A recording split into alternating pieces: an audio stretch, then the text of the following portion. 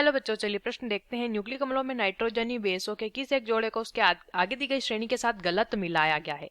Thiamine uracil pyrimidine, uracil cytosine pyrimidine, guanine adenine purine, adenine thymine purine. आइए जानते हैं हमारे प्रश्न की मुख्य अवधारणा। संबंधित है न्यूक्लिक अम्ल से। ठीक है।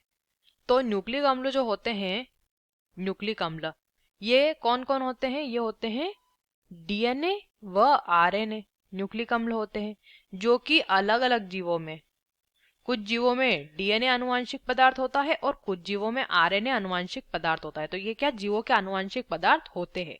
अब इन न्यूक्लिक अम्लों में पाए जाते हैं नाइट्रोजनी बेस, जिन्हें नाइट्रोजनी क्षारक भी कहते हैं। इन दोनों में अलग अलग प्रकार के नाइट्रोजनी क्षारक पाए जाते हैं। तो यहाँ पे ये जो नाइट्रोजनी क्षारक होते हैं ये जोड़े में पाए जाते हैं। कैसे पाए जाते हैं? जोड़े में। और नाइट्रोजनी क्षारक मुख्यतया दो प्रकार के होते हैं, दो प्रकार के ये रहते हैं। ठीक है। एक होता है प्यूरिन नाइट्रोजनी क्षारक और दूसरे होते हैं पायरिमिडीन नाइट्रोजनी क्षारक।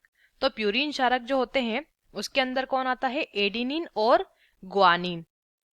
एडिनिन और ग्वानिन इसे ग्वानोसिन भी कहते हैं। ठीक है। उसके बाद पायरिमिडीन क्षारक जो होते हैं वो होते हैं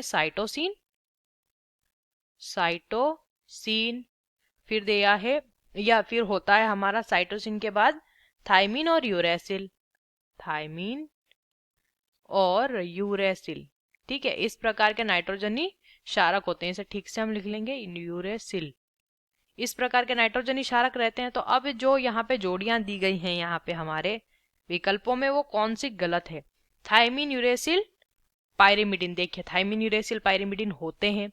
यूरेसिल साइटोसिन पायरिमिडीन, यूरेसिल और साइटोसिन भी पायरिमिडीन होते हैं। ग्वानिन एडिनिन प्यूरिन, ये भी सही दिया है।